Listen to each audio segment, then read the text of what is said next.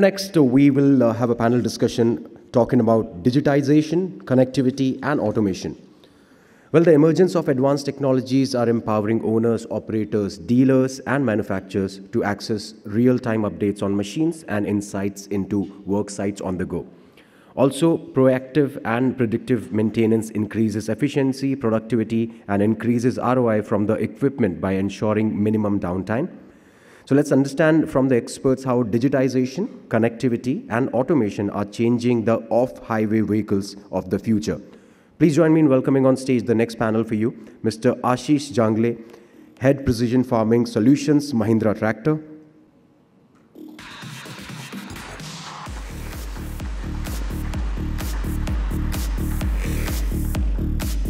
Joining him is Dr. Nilay Pandey, co-founder and CEO, Agrix Agrotech Private Limited.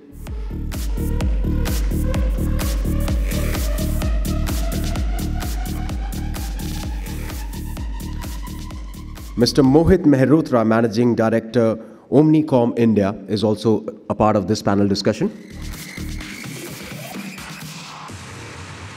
Welcome, sir. Mr. S.K. Jaruhar, Consultant, Kobelco Construction Equipment India Private Limited.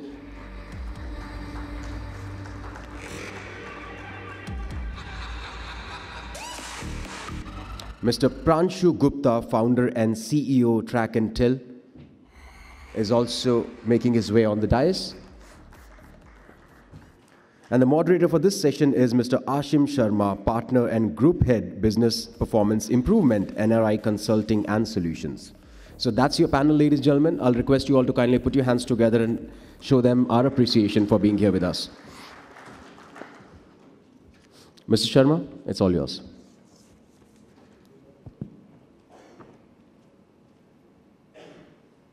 Thank you very much for that introduction, and very good afternoon to all of you. I think today we have a very interesting topic here about the machines, all the off-highway machines becoming smart machines with the advent of connectivity, digitalization, and finally also becoming autonomous running machines in many of the use cases. And to discuss all this, we have a very stellar panel here representing both the farm equipment as well as the construction equipment segment, with people not only from the OEMs, but also from many of the solution providers that are making all of this happen. Today, as we talk about the segment of connectivity, digitalization, and automation in the off-highway segment, a lot of thoughts come to our mind and a lot of use cases are also around us. Starting from not thinking about these machines just as products, but in fact products plus services loaded on to become solutions both in the farm as well as the construction sites, to more advances happening in the form of predictive maintenance, wherein the continuous monitoring of the equipment is happening, to fleet management solutions, to also acting as a catalyst for things like the rental equipment market. In addition, what we are seeing is the large amount of data that is getting collected as a result of these solutions is enabling analytics, and that's how AI is making its advent into this space, creating more precise solutions, whether it's in terms of construction sites or whether it's in terms of the farm. So with not much more ado, let's begin this panel discussion. To begin with, I'll start off with the question around how we are seeing with the advent of connectivity and digitalization. Machines are no longer being sold just as machines, but more as solutions. And let me begin that with your perspective on this topic, Mr. Jaruhar, and then we'll hear opening comments from all of you in the panel on this. Thank you. Good afternoon, everyone. Well, I got a first look at a telematic system when I was associated with the Volvo construction equipment way back in 2010. And it was something very innovative, very unexpected also for many, how this is going to work and how it will benefit the users.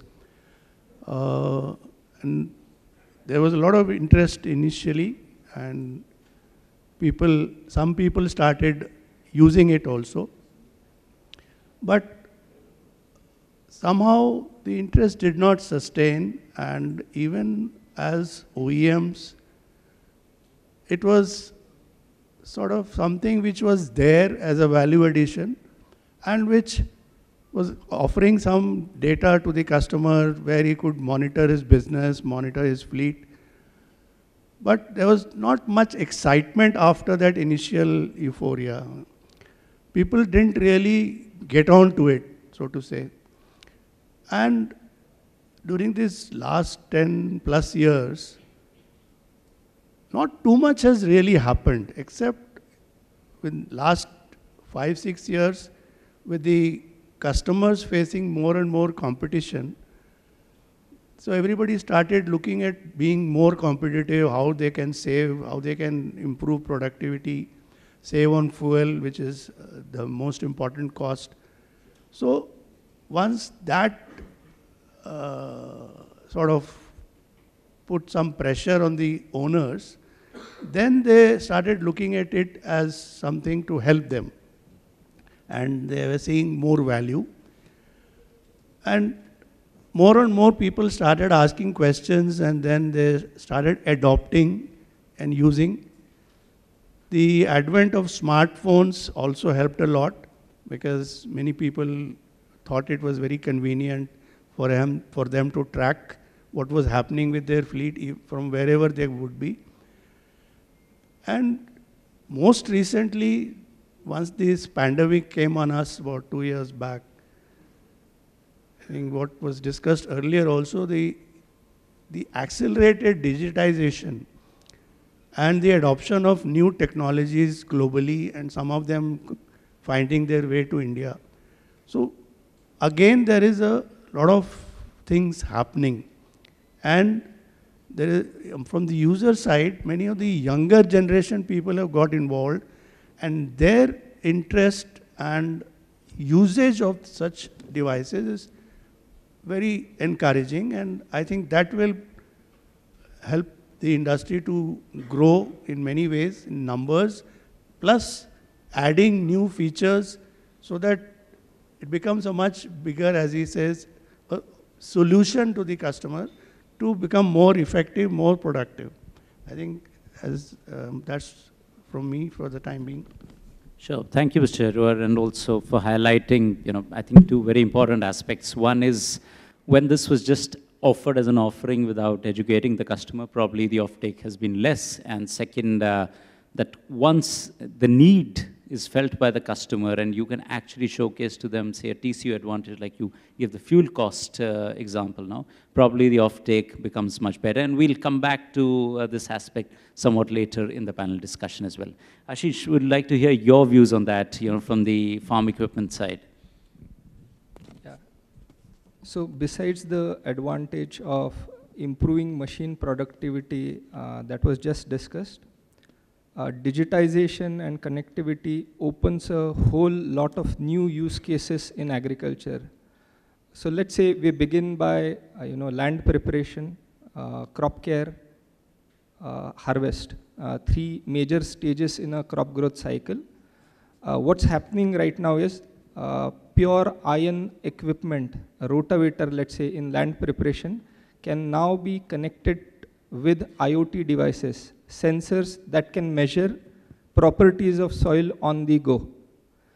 The next step is planting. This data is used to deliver insights about which portion of that farm is more productive or less productive, and the seed cum fertilizer drill can adjust dispensing of fertilizers appropriately. The same data,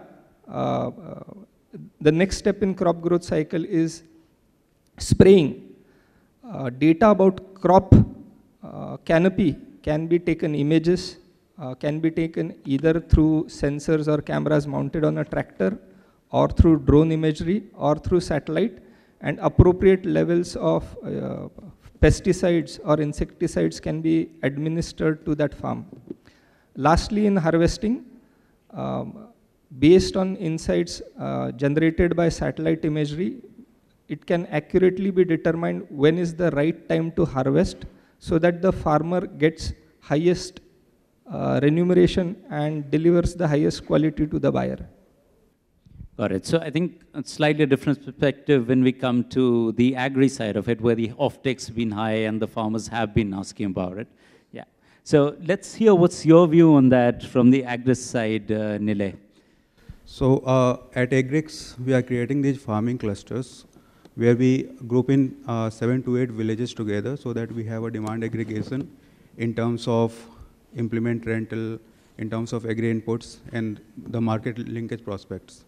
So when we started off, our engagement with the farmers is across the agri value chain. We start our engagement at the implement rental stage where the farmer comes to us for renting a tractor, and then we reach out to the farmers to offer him agri inputs.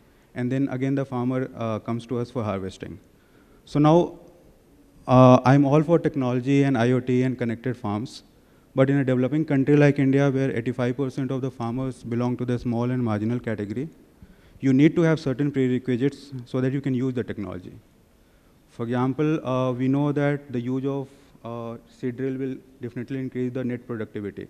And I can give that information to the farmer, but the farmer doesn't have a seed drill.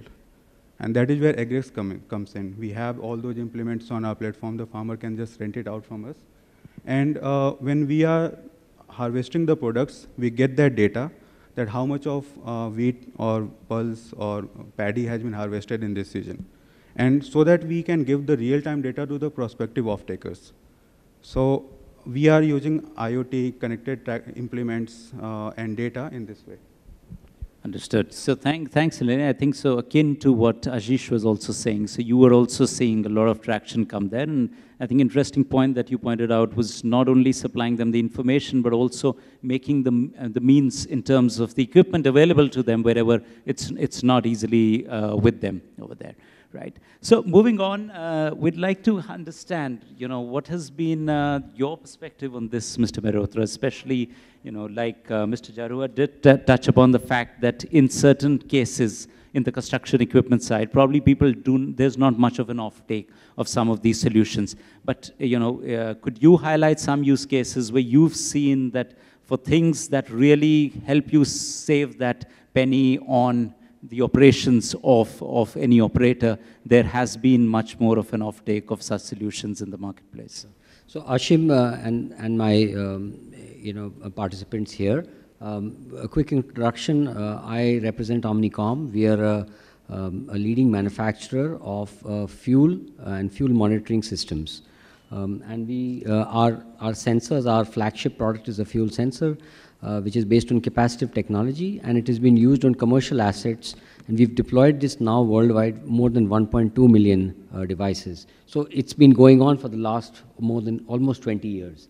So starting with that, last 3 years, we made significant forays in the Indian market, particularly moving from just focusing on logistics, which is where most of our business elsewhere in the world happens to be, to very specifically into construction machinery. And this is a happy confluence of a very large investment that the country is doing in building our infrastructure. And now we are seeing, coming to events like these, that there is a significant market in the agri space as well. So my experience has been somewhat different. I feel that while the OEMs are coming more and more, pre-fitted with some kind of a telematics device, it's the application of those telematics device which is where the real problem lies. And oftentimes, it is left not on the incumbent OEMs, but the aftermarket players who have very, very creative and interesting applications for using these. We like to be one of those. In fact,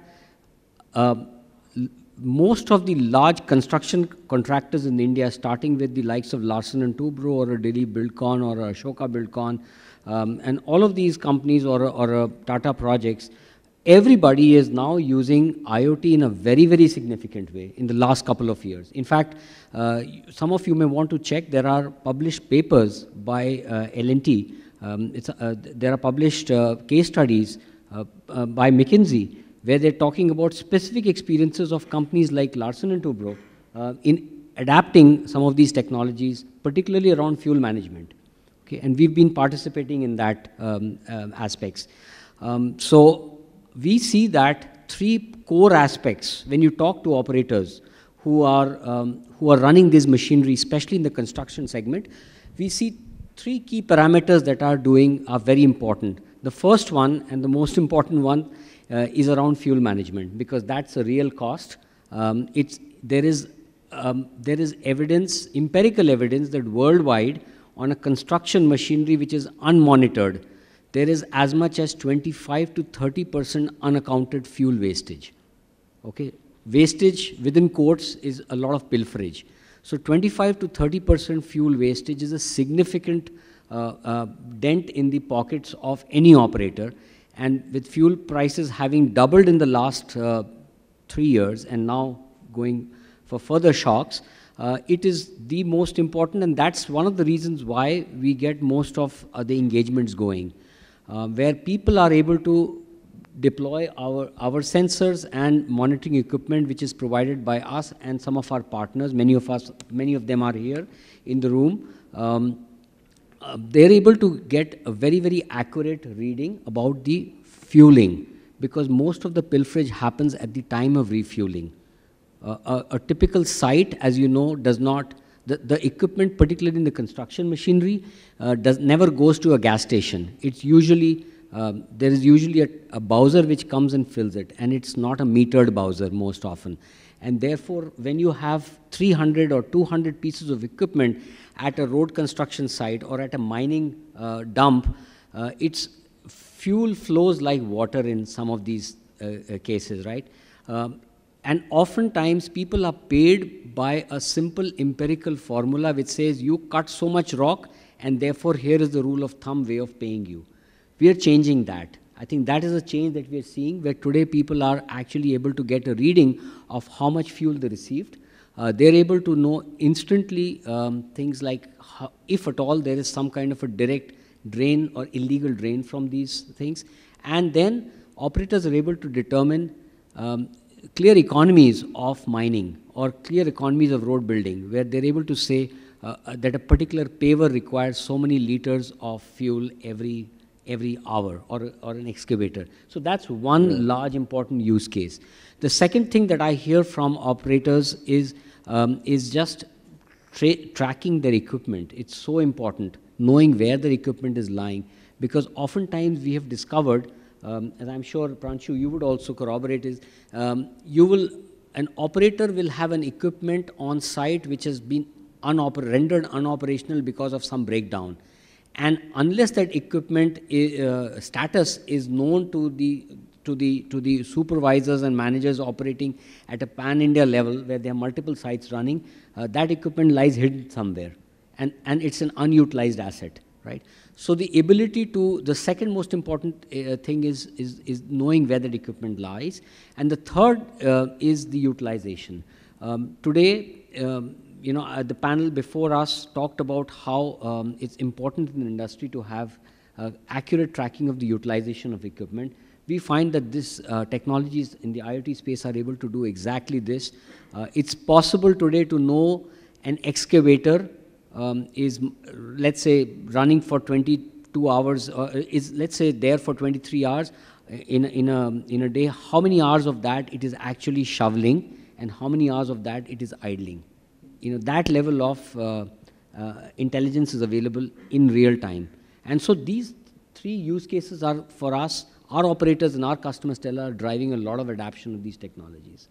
Sure. Thank you, Mr. Virotra, also for elaborating those three very interesting and very important use cases.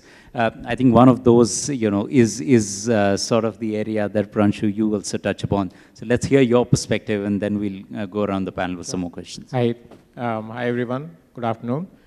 Quick intro. My name is Pranshu Gupta. I run Track and Tell. We've been around about 10 years in the Indian market, and we have an in-house hardware design team. So the telematics products that we manufacture are designed in-house and sold to a lot of our OEM partners. So we are pretty strong in the agri space, off-highway space, as well as the two-wheeler space. But So we have been suppliers for almost 10 years in the off-highway space, especially the backhoes and the cranes. And, about 10 years ago when we started this journey, most people were not aware what a telematics product is, how it works, and what to do with the data, right? And we started off with basic tracking at the time. Somewhere along the way, we added a very rudimentary, primitive ADAS compared to what is available today in a vehicle like a backhoe loader. And over the years, the technology has gotten better, awareness has gotten better, but honestly, I feel that the OEMs are still not educating their customers enough. And partly, my personal opinion is that the dealers are not being educated enough by the OEMs so that the consumers are aware of the capabilities of the machines.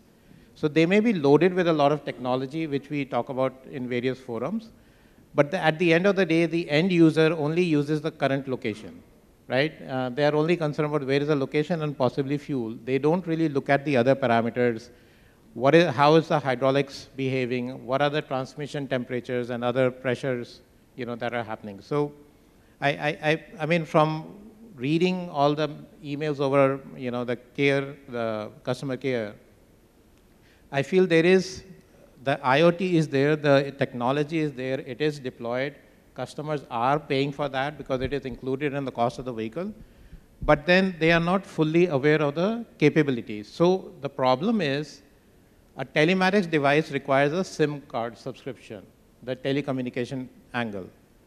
Typically, vehicles go with a 1-year, 2-year subscription, so when it is time for renewal, customers are not aware what is the value they have been, getting from these devices. And so that's where things start to fall apart for a certain set of customers. At the same time, there are other fleet owners who, like Mohit rightly said, they are using utilization parameters, fuel consumption, operator efficiency and productivity, machine breakdown and downtime and all sorts of data to optimize their fleet and increase profitability. But this industry has a lot of operator owner driven kind of ownership, and my gut feel says that there is still a fair amount of education that is left that needs to be done so that the entire industry can benefit from all of the technology that we are offering to our end users. All right. Thank you, Pranshu, for that. But let me just stay on you, and then I'll also request Mr. Mehrotra and Mr. Jaruar to respond on that, and then taking an analogy of that in farming, go across to the farm sector as well. So, as you rightly said, that a lot of these devices that are fitted, and they are giving out the data. So it's more like I as an operator see a lot of things come on a dashboard or whatever the user interface is, right? But do you think at some point in time it's becoming more important to probably not just give them this data, but use it in the form of intelligence? Like, just to give you an example, road works in the hills, right? What happens is normally the guy with the shovel hits the bucket on the mountain and sees what's happening to the strata, and then decides how much, how much force do I exert and so on and so forth, which usually leads to landslides, kind of, disturbs the whole strata. So while there is an ecological impact on that, on the other hand, all those landslides, in fact, increase the time for construction, the money spent in clearing all those landslides and things like that. So that's just like a small use case out there.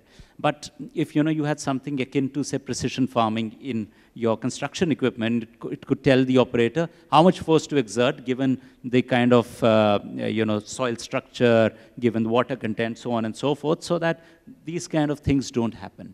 Do you think if we take this journey beyond just the inputs to actually this kind of intelligence going out to the operators, the offtake and the acceptability of such solutions will become much more? So yes, and also just to conclude, and what do you think is sort of the challenge in doing that today in India? So I think not just capturing data and sending that guidance to the operator is very important. I agree. But what I've seen is, so for example, in backhoe loaders, people use the hand throttle. They set the RPM at pretty much the max RPM. hardly, they will run it at, if the machine goes to 2400, they'll set it to 2200, something like that. Don't really see a lot of data where somebody's running at 1800 RPM. So now they're running at full force, right? And if they're using a backhoe and they're using the front bucket or the rear bucket, when I used to do field visits and talk to the operators, they say it's just faster. When the machine is responding faster, the time to fill a truck, right, with picking it up and putting in the truck is better if you just run it at full throttle, right? Now, the question is, the other problem, especially in the Indian market, which again, I would partly, write it off as a literacy issue, is people don't just use machines, they, to a borderline, abuse machines. So when you take that bucket, right, which is meant for one thing, and they're missing the peripheral, and they try to do the other thing with it, right? So possibly the jackhammer should have been used for breaking the rock. But if they're using the bucket or the backhoe, so we did an exercise with our OEM partner where we would try to put, some sort of a strain gauge of something on the fingers of the bucket, right? So the two problems are, one, the cost of the equipment. At the end of the day, at the time of purchase, people don't want to pay for these things, right? Secondly is, everything has a limit. So depending on what force you're going to strike the rock with the bucket, that strain gauge has a limit. So if you're exceeding that limit, it's going to break sensitive equipment. So I feel that, again, I would say that the dealers need to be trained on how this equipment, how sophisticated it is, how it is to be used. That information needs to go down to the owner and then eventually to the operator. So who does that? In my opinion, I feel there is a void there. Okay, so you see it's a training issue, majority. Right, there's so much technology available today, but people are not using it. Right, a lot of these are just mobile apps showing the data, if it's not a display, a LED display in the cabin. But the thing is, people see lights, even if there was a case where there was a red LED that we put in the cabin to, tell you there was an error. Right. But people, because they're working in dusty environments, the dust and the sunlight covers the light, and they don't see that there's a light that is on. Oh. So we did what I was calling a primitive ADAS, where we ran an audio message. So if he was listening to music, we would shut down the music and play an audio message that, this is a problem. The engine is overheating, or, transmission temperatures are higher, or hydraulics are low, or whatever. So we found out that with the audio, which was also multilingual, we supported multiple languages, so a dealer would select the language at the time of dispatch of the machine. So that was better, an audio alert versus a visual alert. Understood. Yeah, resting solution, yeah. Mr. Mehrotra, any perspective from you on that? Of the use of AI and all of that. Are you seeing sort of similar barriers, or where it just makes economic sense? For example, fuel, yeah, there's a lot of offtake, but beyond that, it's quite similar to what we just heard. Yeah, so it's all about the people at the end of the day. Let's not forget that. It's really all about people. And today, for example, our biggest challenge to adoption is actually change management. And some of the larger construction contractors, mining contractors, are able to recognize this. They have people who are managing change, and they are the ones who are most successful in getting outcomes out of these.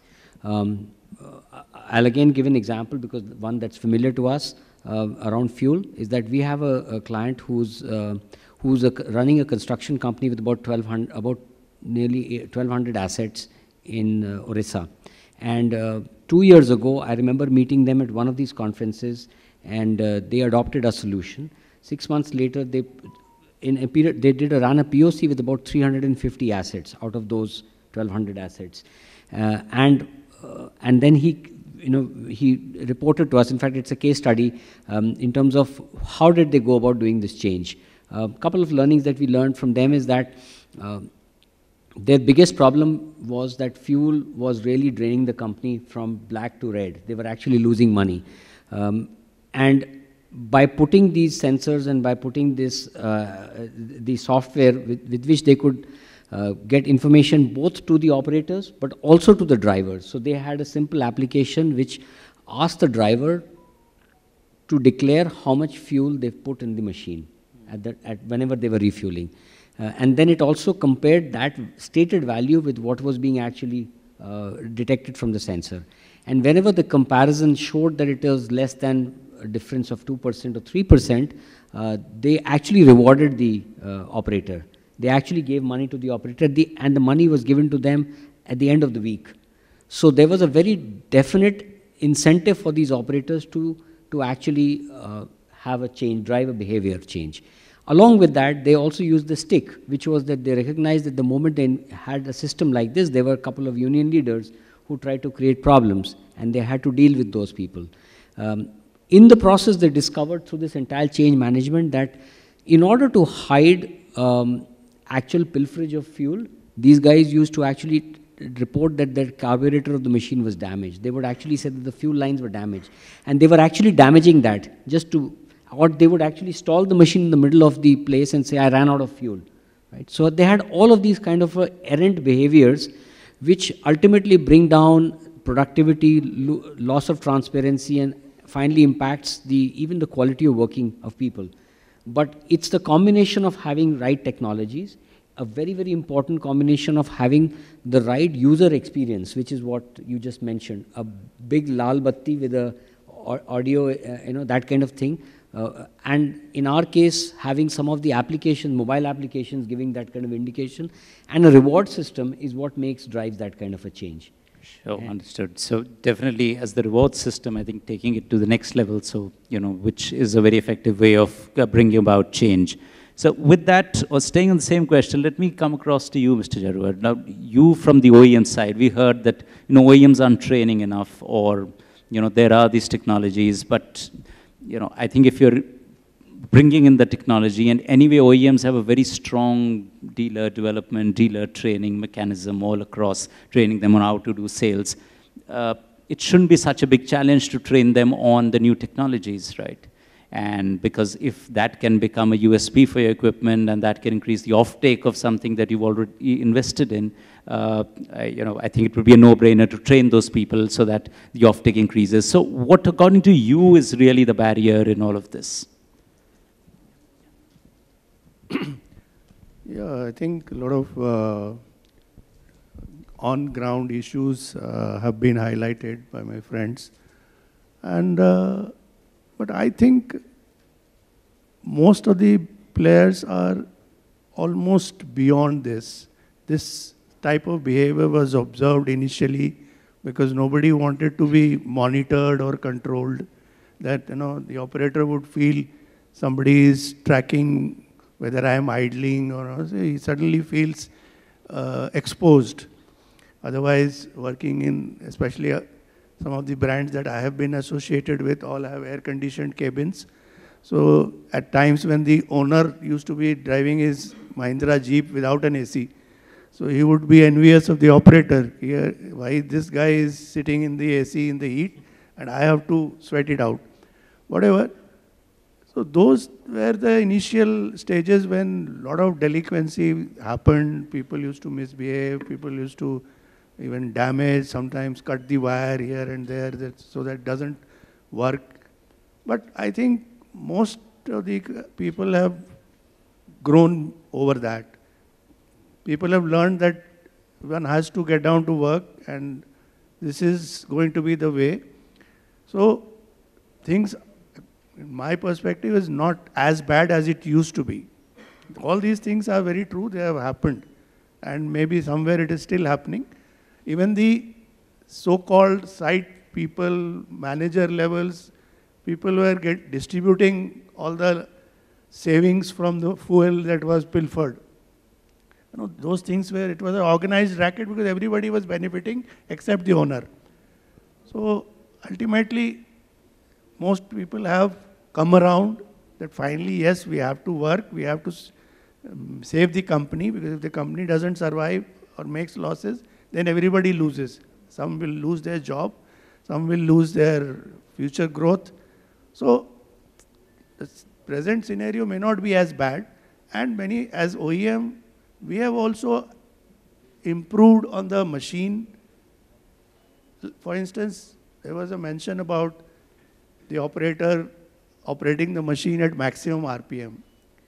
Now, all the modern machines, they don't have that RPM setting option with the operator. It is now they are operating modes, and mode is a combination of several things. It's not just RPM. So if you're working on a hard strata, you will obviously select the heavy mode of operation.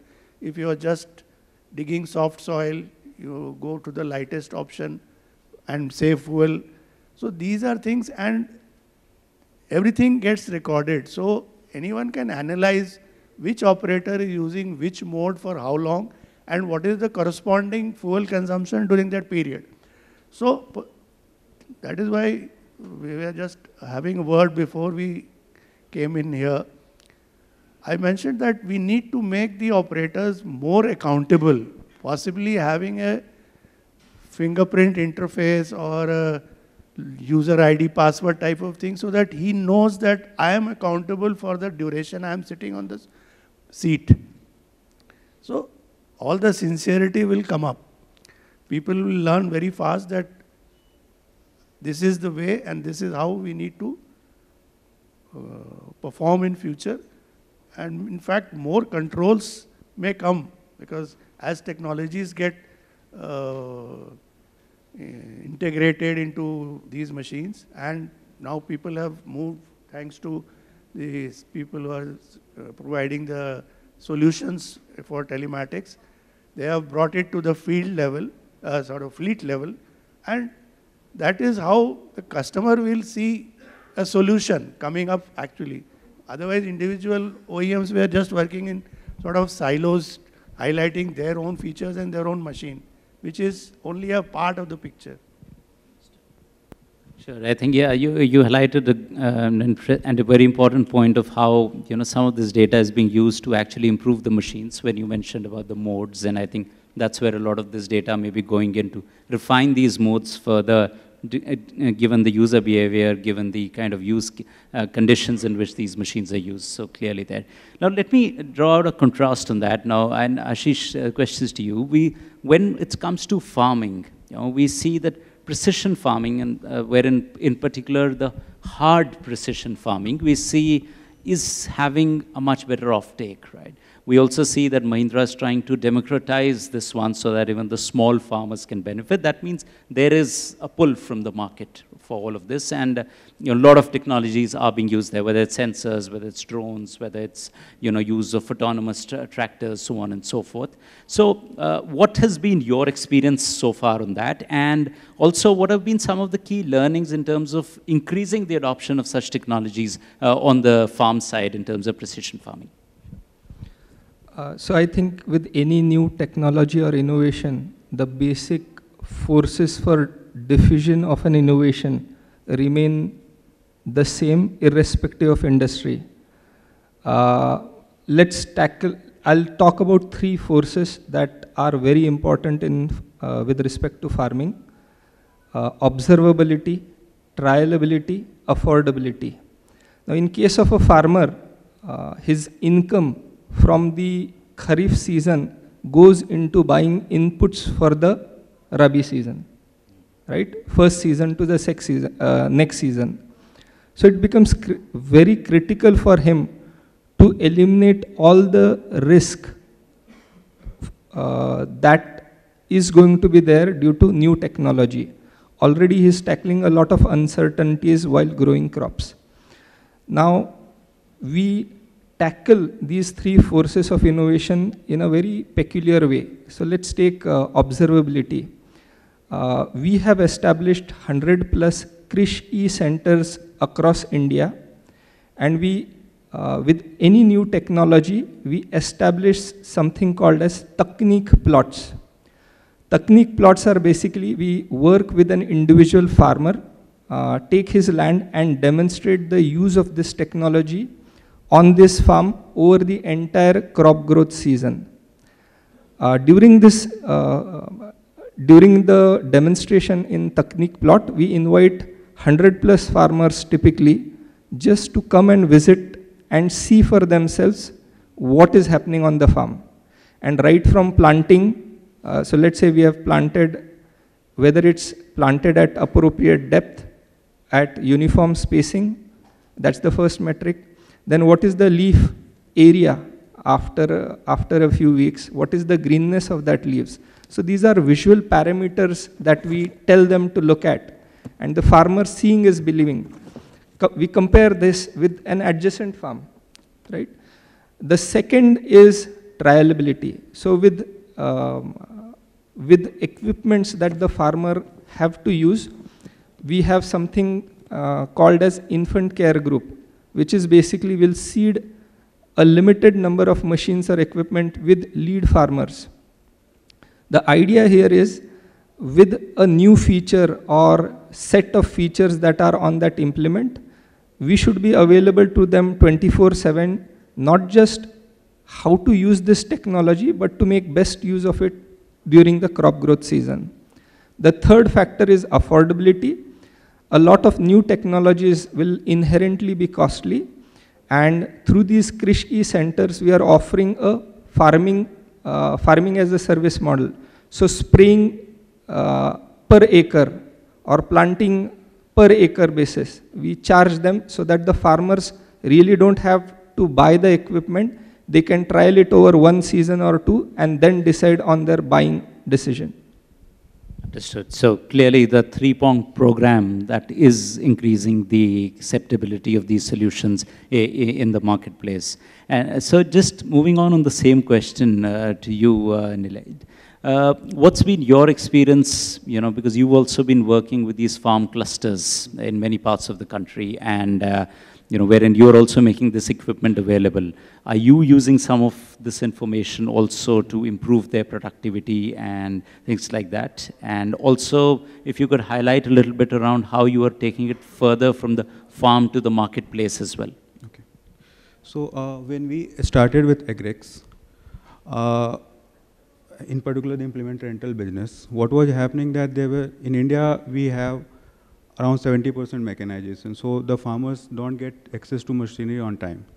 So what we observed when we started working with the local owners, tractor owners, was that the tractor was running in a way where it will go and cultivate a plot in the south of the village. Then it will travel all the way to the north, because the next demand is from there. So about 20-25% of the time and fuel spent was on traveling from one plot to another rather than doing the actual cultivation, which is the net output. So first thing that we started with was mapping each and every plot where my machine was running, because these digital plot maps are not available. For example, if I'm working in the state of Bihar and Jharkhand, so the plot maps that are available were last updated in 1970, right? The maps that they have. So we come up with an idea, why don't we use these implements that are running on the ground to get the maps? And we installed these GPS trackers. And we made a simple app for the driver because he's not that educated. There's only two buttons there, start and end. So he will start the cultivation, run the tractors, and then he will press the end once the cultivation is done. So now what we do, we get the GPS locations, those GPS points, create a cluster of those points, and use some algorithm to extract the plot size, shape, and everything. So now once we have those plots in our database, now we can cluster those plots together depending upon the demand. So that if a tractor goes into a particular area, it will cultivate in that area only rather than moving zigzagging from one plot to another. So that is one advantage. Second advantage, since we are keeping a track of each and every plot that is being cultivated, we know the farmer has got, let's say, 2 of his plots cultivated. He will now need seeds and fertilizers for those 2 plots. So we reach out to them with seeds, fertilizers. And once the crop is ready, he will use our implements, our harvesters to harvest the crop. So we know how much harvest has been there. So we are getting that data in real time, and we are passing that on to the prospective off-takers that, okay, you start planning your purchase channels and all for that. So with that, the discrepancy in demand and supply of machines, in particular the costly machines like harvesters, is so much that some of our harvesters are still running, and they're harvesting paddy now. That should have been harvested in December. So that's the ground reality. Okay. Understood. Understood. It's a very interesting solution. There's just one, related question to that. So when you are renting out this equipment, many a times, there is this belief that will this equipment be abused or will it be used properly or not? Are you having some sort of a monitoring mechanism, and also based on the inputs that you get, sort of, a penalty or a system or something if, in case it's been abused? We also heard, the equipment is not just used, was on the verge of getting abused in the country. So how are you handling that? So actually we have two kinds of implements in our system. One is the implement that has been rented to us by the local owners. Another is the implement that we own. Because there are certain implements that are so costly that we couldn't find in like any of the villages or with any of the owners. So once we have these machines running, we keep a track of how much time it's taking to do a particular cultivation. And say we have like 20 tractors running in parallel, how much wear and tear if it's doing the cultivation in a similar geography and a similar model of tractor is used, why is one driver getting more wear and tear rather compared to another? So we make them accountable for that. All right, understood, understood, thank you. Coming back to you, Ashish, so there's a lot of things today, happening even in the farm sector as well as the connectivity space. So for example, connectivity is going to be 5G coming in. We're also talking already about autonomous tractors, electric tractors and all of that. Similarly, there's some things happening on the farm side, many sort of reforms on the anvil.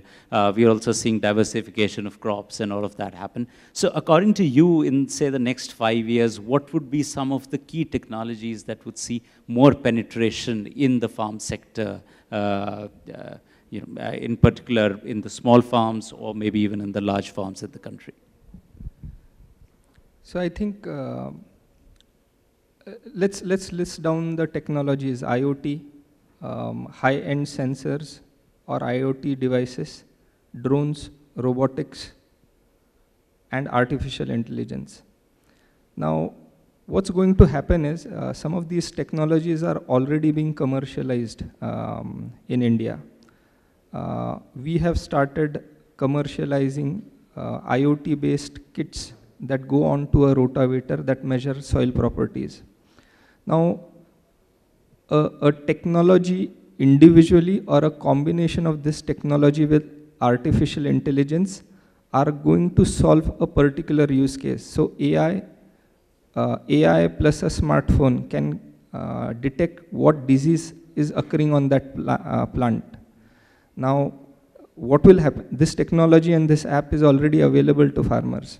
Now, what will happen is, rather than being able to detect a disease on a particular plant and then spraying, giving a blanket spray across the farm, what might happen is, we might capture data at scale using a drone, use artificial intelligence, and then rather than spraying across the entire farm, we might be able to target that disease hotspot and then save the diesel and the labor and the chemical that go into it. So I think what technology will dominate will really depend on the combination of how critical that use case is and how efficiently a technology or a combination of these technologies are solving this problem for a farmer. Got it. All right. Yeah, but I think that's a very interesting and very important use case that you just highlighted. So clearly, we are going to see more of those things happen. Sorry, I jump in. Just one other technology that did not mention that we are developing is a connected cluster for tractors. So think like a Tesla, but or a MG Hector kind of thing, but that's coming in tractors and other off-highway equipment. So we have seen that overseas, John Deere and others are already doing it. And there are some OEMs in India that have started looking in that direction. So that is also coming soon. Okay, okay. Thanks for adding that. Similarly, I think on the construction equipment side, any views from you, Mr. Jaruwat, seeing, India has these very aggressive plans for infrastructure improvement. These kind of contractors were coming in, now becoming more bigger, more sophisticated equipment being used, and larger projects being undertaken. So what are some of the key technologies that you see will enter in the construction equipment side over the next 4 to 5 years? Personally, I am more familiar with the earth-moving equipment. So, yes, there are some new developments which are already introduced in other markets, which can come to India, but presently everybody is struggling with their costs and trying to manage and the latest international developments sort of don't give hope that something will happen in the very, very near future. But yes, things like 3D grade control, where the slopes can be made by the operator. You don't need another set of equipments to do that job.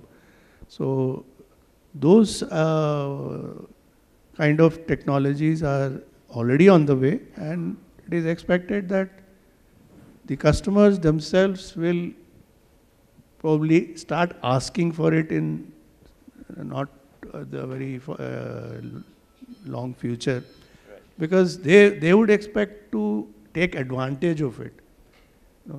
It will be probably more driven from the customer side, which will bring, because these are technologies already available. It just has to be added on to the machine which is being made in India.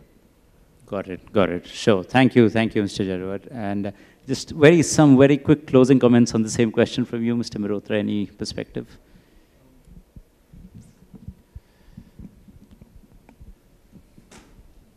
So our perspective is that these technologies are already here. It's a matter of building even more aggregation in terms of data analytics now. Okay. Because at a fundamental level, I would say in the next 2 years or 3 years, I will see almost all construction equipment working on large projects will have some form of IoT-based digitization. All of it will have it, because it's moving very rapidly because of the large operators. So once you have that kind of data, you enter into another problem. Data then becomes uninteresting, because nobody wants to know every day, how much hours you have utilized the machinery. Now you want to look at exceptions. Now you want to look at large swaths of data and start drawing comparisons. So clearly that's the area where AI and ML are very important. We're already doing this, for example, in the energy space, where we are able to look at multiple diesel generators and tracking their efficiency.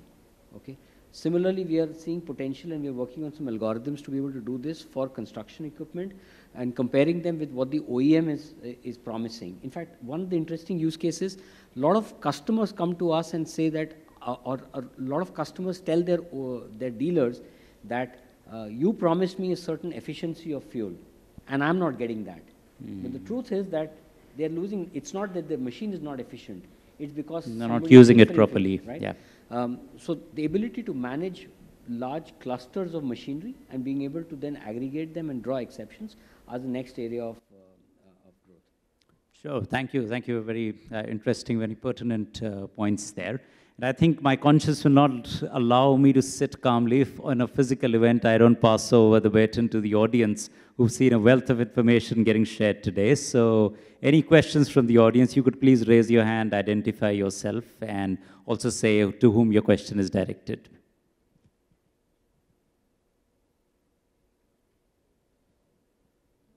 Yes, somebody right at the back there.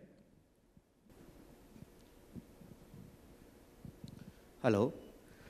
This question is not for a particular person, it is for the panel rather, because all were involved in saying the abuse and the use of the equipment. So my question is, let's say in an haulage industry, we already know that a 40-tonner make of an haulage vehicle carries 27 ton of a material, the payload. But when we sell this, we saw that that person, operator, they are carrying more than 32 ton of a load. So although the permissible limit is 27 ton, but while selling the dealer team, the people in RO and HO, they all knows that this person is going to carry the 32 ton of a metal or a material. So when it comes, the abuse, we say that apart from 27 ton, why you have taken 32 ton? So isn't that if we increase the factor of safety of these machines, so it will also help to reduce the warranties rather than coming on an abuse or a use or non-use? Thanks. Sure. So yeah, I was the one who was saying the abuse, and I'll give you an example. In the cranes, there is something called SLI, safe load indicator. And depending on what hook you are loading or picking up some block of cement, there is a capacity because of the fulcrum and other physics that I'm not great at. Now, so the machine will tell you that you are lifting more load than you should be at that particular hook position. But there is a bypass switch also. So the operator will press the bypass switch and continue lifting it. And I have seen myself cranes being tested at the OEM with them tiptoed on the front axle. The back axle is in the air and they drag the weight across their test track to make sure that the machine will survive. So the machine is being abused in the field. It is, let's suppose, a 14-ton crane being used to pick up 27 tons. The OEMs are aware of that. They do see those warranty repairs, the warranty claims. They are designing the machines to withstand that kind of abuse. They are testing it in their internal test tracks. They may not get the ARI rating for a 27-ton. So it is still a 14-ton train in this example, but it can handle that kind of abuse. But at the end of the day, everything has a limit. You can't take a 14-ton and put 140 tons on it. Right. Thank you. Any other questions from the audience? I know we are cutting it very close to lunch as well, but just in case there are any more. All right, then thank you very much. Yes, you can actually. Fantastic. Thank you so much, gentlemen. Truly honored to have all of you here, and thank you so much for sharing your time with us.